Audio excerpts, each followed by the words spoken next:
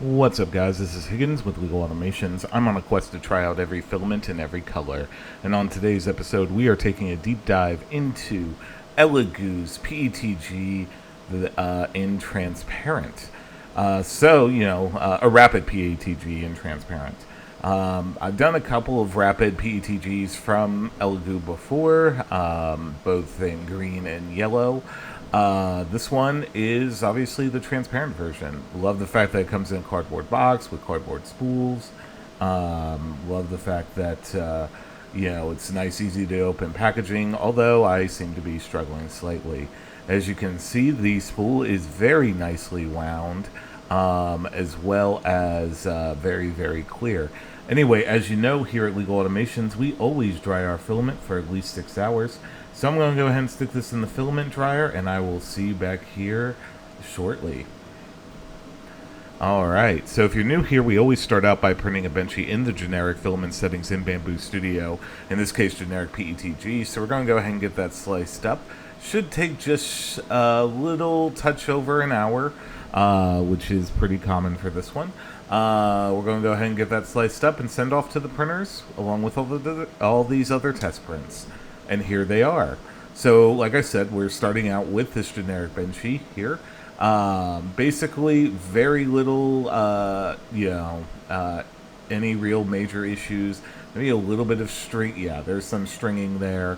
But we're going to see about rectifying that as we work through our settings. Next up, we have the dimensional cube. This one's printed 40 by 40 by 40 millimeters cubed. Like most of the transparent filaments that I've worked with, it's pretty clear for a cube and has a slight magnifying effect. Next up, we have the temperature tower. Temp tower for this one, best temperature I found was 245.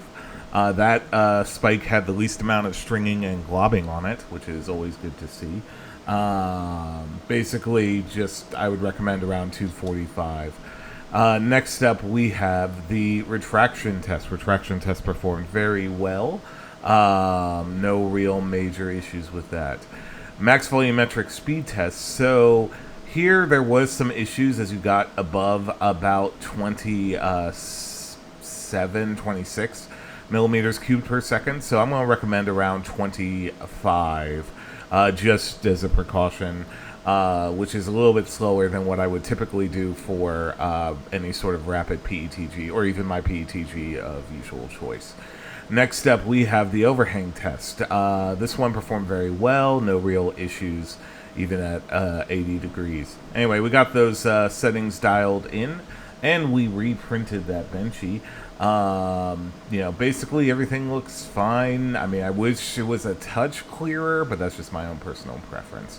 So over at Amazon, you can pick this up as a time of filming for less than $18. Links in the description below.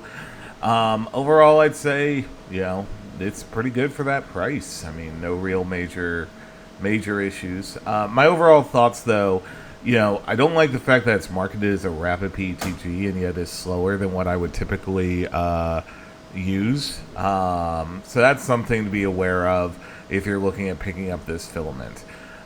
Anyway, that's been Elegoo's transparent PETG. If you like this type of content, be sure to like, comment, subscribe, do all the nice YouTube things.